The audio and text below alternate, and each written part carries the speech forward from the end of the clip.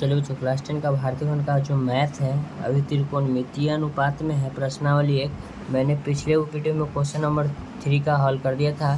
Question number 4 क्या कहता है यदि त्रिभुज ABC में कोण A और कोण B न्यून कोण है, ठीक है। कहता है साइन A बराबर क्या कहता है साइन B। तो सिद्ध कीजिए कि कोण A और कोण B क्या है बराबर, यानी कि कोण A और कोण क्या है B बराबर है। चलिए सवाल नंबर 4, कोण A बराबर कोण क्या लिखेंगे B।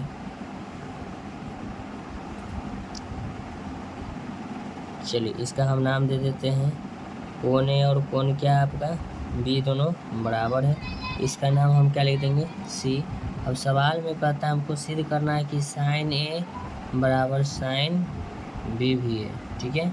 चलिए तो हम जो है सबसे पहले लिखते हैं यहाँ त्रिभुज, क्या लिखेंगे ABC में शीर्ष में कोना होता है, ठीक है। शीर्ष C से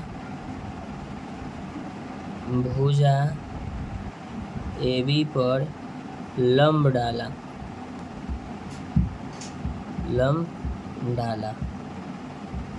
लंब डाल देंगे, यानी कि 90 डिग्री हो जाएगा। चलिए तब हो गया। तब हम लिखेंगे साइन, क्या लिखेंगे ना साइन A, साइन थीटा का सूत्र होता है P/H, समझिएगा। तब लिखेंगे साइन, क्या लिखेंगे साइन A। अब थीटा A लेना है ना बराबर।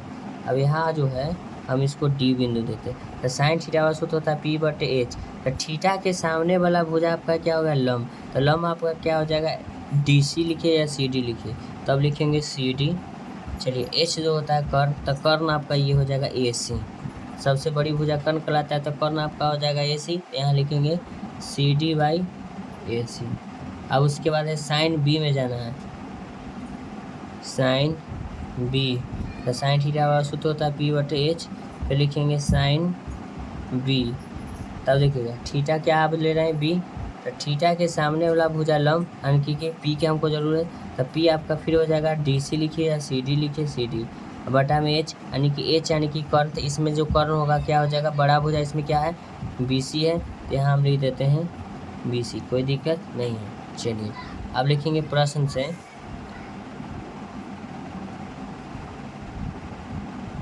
से क्या लिखेंगे साइन A बराबर साइन B। तो साइन A का जो मान है CD/AC, साइन B का जो मान है CD/BC लिख देंगे। अब यहाँ देखिएगा हो गया। तब इसका मान के चलते हम कुछ एक वैल्यूबल मान लेते हैं। चलिए x मान लेते हैं, इसके बराबर क्या मान लेते हैं x मान लेते हैं, ब्रैकेट में लिख लेना माना। अब क्यों लिखे, क्योंकि दोनों बराबर है, लेकिन हमको अंक नहीं है। जैसे कि 2 बराबर हम 2 जानते हैं, समझ में आता है, 3 बराबर हम 3 जानते हैं, ठीक है। लेकिन इसमें अंक नहीं दिया, लेकिन कह रहा है कि दोनों बराबर है। तो अब बराबर चेक करना है। अब चलिए तब हम इसको लिखेंगे CD/AC बराबर क्या लिखेंगे x बटा में कुछ नहीं, एक क्रॉस गुना करेंगे, तो इसको लिखेंगे AC गुना x बराबर लिख देते हैं CD। अब हम लिखेंगे AC बराबर, गुना में उधर जाएगा तो भाग में हो जाएगा, CD बटे क्या लिख देते हैं x, कोई दिक्कत नहीं है। चलिए अब आप लिखते हैं CD बटे अब BC लिखते हैं बराबर x, क्या कि दोनों के बराबर x है।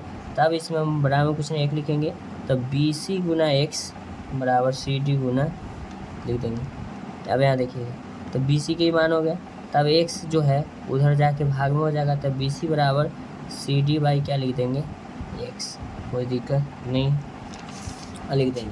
अब उसके बाद अब क्या करते हैं कि त्रिभुज ABC में क्या करेंगे, त्रिभुज ABC में सूत्र होता है, देखिए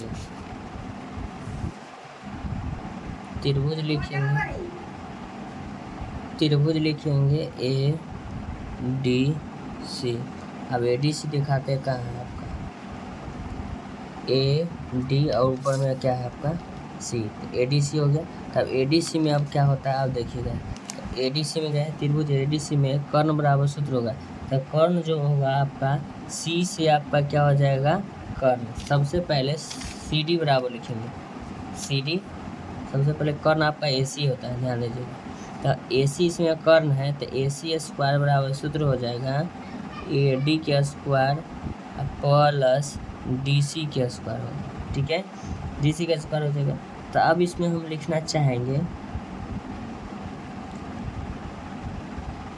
ए सी स्क्वायर बराबर कि इधर माइनस में आ जाएगा, तो हम लिख देते हैं ए डी के स्क्वायर बराबर में मेरा बच जाएगा C D C square. D C को सी डी भी कर सकते, कोई दिक्कत नहीं, इसको समीकरण 1 बना देंगे, ठीक है।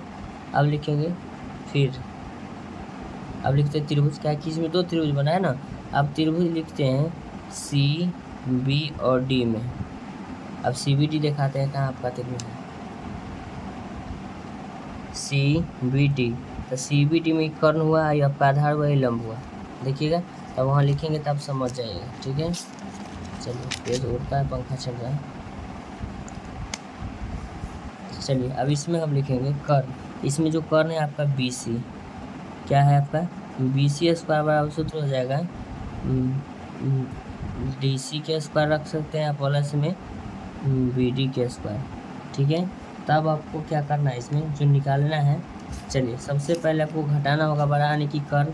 तो हम लिखते हैं बी सी के स्क्वायर बराबर किधर ले आएंगे, माइनस में हो जाएगा बी डी के स्क्वायर कर देते हैं, बी डी यानी कि दोनों में हम जो है आधार को घटा रहे हैं, तो लिख देते हैं बी डी के स्क्वायर, ठीक है। बराबर इधर क्या बच जाएगा, सी डी के स्क्वायर लिख सकते हैं। इसमें भी हम बराबर कर देते हैं ए C square minus A D के स्क्वायर बराबर में कर देते हैं सी डी स्क्वायर। समीकरण 1 कर देते हैं इसको, और इसको समीकरण 2। अब देखिएगा सी डी स्क्वायर हो गया सी डी स्क्वायर, यानी कि दोनों में क्या हो गया, कॉमन आ गया सी डी, और सी डी स्क्वायर बराबर भी आ गया। तो जब सी डी स्क्वायर बराबर हो जाएगा तब इसको हम क्या करेंगे, दोनों जब बराबर है तो हम अब इसको डायरेक्टली लिखेंगे। डायरेक्टली में क्या लिखेंगे आप देखिएगा, हम ये दोनों बराबर है ना, तो लिखेंगे A C square minus A D के स्क्वायर, फिर लिखेंगे बराबर है दोनों बी सी के स्क्वायर माइनस बी डी के स्क्वायर। देखिएगा सी डी बराबर है सी डी, यानी कि बराबर है तो दोनों को हम लिखेंगे, इसको हटा देंगे। अब इसको हम कर सकते हैं समीकरण 1 समय के लिए 3 भी कर सकते हैं कि नहीं। अब यहाँ देखिएगा, अब हमने कुछ माना था और ऊपर निकाला था, तो ए सी क्या था यहाँ, ए सी। तो ए सी बराबर हमको कितना आया था, सी डी बटे कितना आया था, एक्स आया था। तो हम ए सी बराबर यहाँ लिख देंगे सी डी बटे एक्स, फिर लिखते हैं माइनस ए डी स्क्वायर, फिर लिखेंगे बराबर। अब इसमें बी सी बराबर हम क्या निकाले थे, सी डी, तो यहाँ लिख देते हैं जो स्क्वायर है ना, स्क्वायर लगाना पड़ेगा, बी सी। तो बी सी बराबर हम निकाले थे सी डी बटे एक्स का स्क्वायर, फिर लिखेंगे माइनस बी डी का क्या करेंगे, स्क्वायर कर देंगे, कोई दिक्कत नहीं है। तो देखिएगा सी डी बटे एक्स, सी डी बटे एक्स, ये दोनों आपका क्या हो गया, कैंसिल। माइनस यहाँ लिखेंगे माइनस ए डी स्क्वायर, फिर लिखेंगे बराबर माइनस बी डी के क्या करेंगे, स्क्वायर। माइनस से माइनस कैंसिल, स्क्वायर से स्क्वायर कैंसिल, यानी कि कह सकते हैं ए डी बराबर आपका क्या हो जाएगा, बी डी। ए डी बराबर क्या आ गया आपका, बी डी आ गया। तो यहाँ देखिएगा ए डी बराबर बी डी आ गया। एक चीज़ ऐसे भी आपको ध्यान में रखना चाहिए कि जब किसी भी भुजा पर हम लंब डालते थे, दोनों भुजा क्या होता है, बराबर होता है।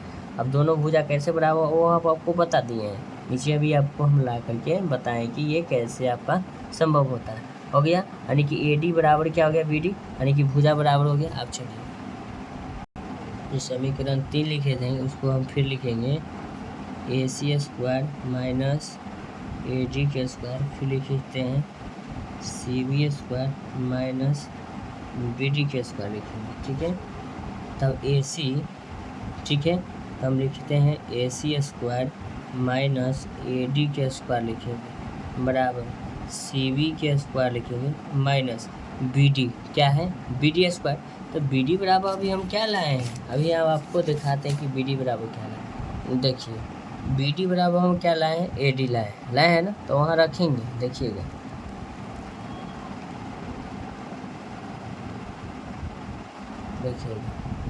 है ना बी डी।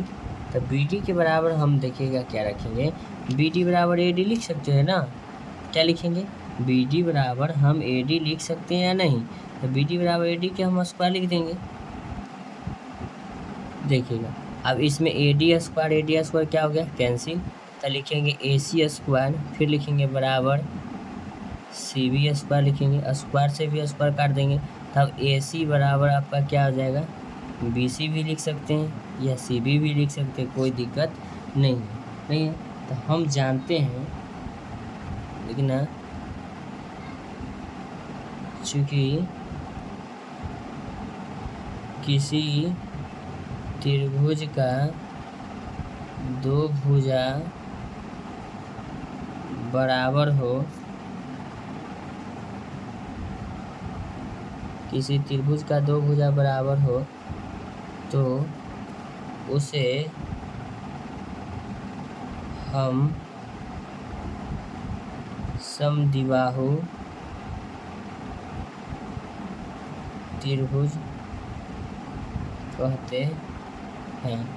उसे हम कौन त्रिभुज कहेंगे, समद्विबाहु त्रिभुज कहते हैं। अगर किसी त्रिभुज में दो भुजा बराबर हो तो उसे कौन त्रिभुज कहते हैं, समद्विबाहु त्रिभुज। तो जब दो भुजा बराबर होता है, एक चीज़ और लिख देता है स्टार में, याद रखिएगा, जब